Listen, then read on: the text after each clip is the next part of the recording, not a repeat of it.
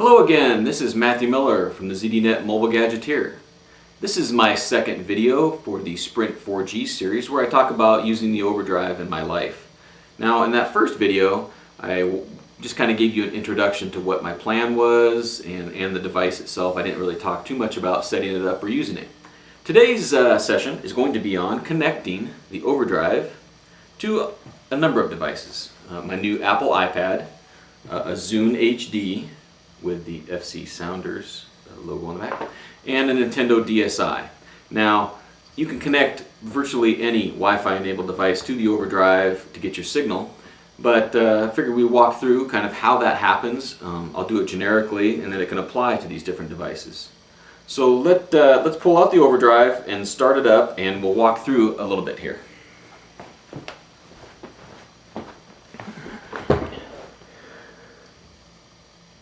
So here's the overdrive. To get it started, you just press and hold on the power button, and there you go. This is a live startup. As you'll see, there's the Sprint screen.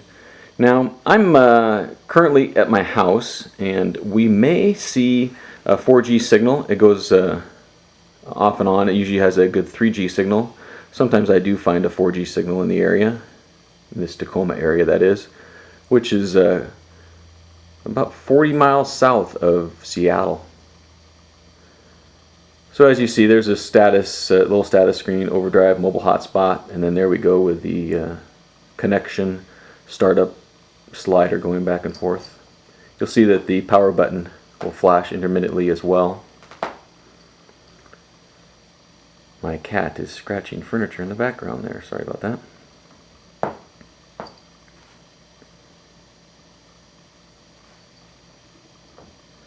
So as you can see, startup does take a little bit. It's not quite as fast as the Sprint or the Verizon MiFi that I've had before. And as you can see now, it gives you some status. It says searching, connecting to 3G. Couldn't find a 4G in this area. And then up top you see their battery is fully charged. It's got a person icon that will tell you how many people are how many connections there are. And then there's another icon for the GPS, I believe. And there's a bunch of status icons up top. So now it tells me that it's connected to 3G. It gives me the name, which is the overdrive 652, and the passcode 11062. I'm not sure if each overdrive has their own default password, or if they all use the same. If they do, I suggest you change it so other people can't use it. As you can also see, my 3G signal right now is not that strong in the particular room that I am recording in. So I'm going to grab a device and walk through setting that up and connecting. Okay, so we have the Sprint Overdrive running. Now let's go to the Apple iPad. This is same with the iPod Touch, I believe. We go to Settings, we jump on Network, Wi-Fi, wait for it to pop up with something. There we see Overdrive. I tap it in there. Now I have connected to this overdrive before. What it would normally then do is ask you for that passcode, which is right on the overdrive, and you can actually control that with advanced settings. Oh, let's try that again.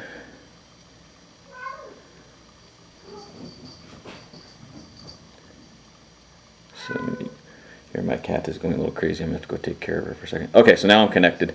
It just didn't connect for the first time. So now I'm connected with the overdrive. Jump on the iPad here. We go to the web browser. Let's go to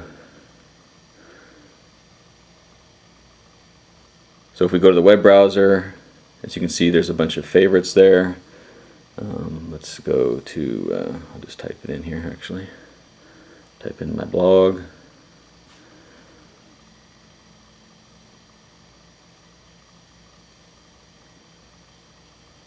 And there we go. We got the mobile gadgeteer popping up. Now let me just check the signal here on the overdrive. So here's the overdrive, and we see that the signal's it's got 2 bars of 3G. Now I haven't tried this on this new device and browser, but let's see if we go to overdrive, if we can actually manage the overdrive from the Safari browser on the iPad. Should just be able to type in overdrive, and there we go. So as you can see, it actually works right on the iPad. I'm not sure if that works on the iPhone or not. So there you go. This is I'll show this more in depth in another video, but this is the advanced settings that you can do. You can log into your You can log into your Overdrive and manage it and see the signal strength. You can see the battery remaining is 97%. It says a weak signal right now at 10% where I'm at. So these won't be very good speed tests, but at least show you how to connect the Overdrive when you do have a signal area. And this particular room in my house doesn't usually get a good signal with pretty much any carrier, so it varies. And when I'm out on the road, it's quite good actually. So that's a look at quickly, and as you can see, it was just a couple steps to set up the iPad. Now let me go ahead and just grab my Zune. I don't think I've set my Zune up with the I don't think I've set my Zune up yet with the Overdrive. Let's take a look. So we go to Settings, Wireless, Wireless on, tap on Networks. There it is, Overdrive. So let's see if this connects. Okay, there's the password that I was talking about, and by default it's 11062. 11062. And that page that I just showed you with the Overdrive, that allows you to change the password and the SSID and all that kind of stuff on the Overdrives. And I recommend you do change that just in case everybody has the same default Overdrive password. So now it's connecting to the Overdrive, hopefully. Nice thing about using this with the Zune HD is you're able to actually stream music or download content, and if you're on a 4G connection, that's unlimited. So now wireless is on. I guess I'll jump into internet here, the web browser, just to kind of show you that. I believe it's going to default to sportsillustrated.com, I think is the last page I was on. See if it comes up. And one thing I want to show you on the Overdrive now is if you look at this, you can see up in that top corner there's a little 2 with the people. I now have 2 active connections. Both the Zune HD and the iPad are connected to the Overdrive. And there we go. So it's connected and given me a wireless signal.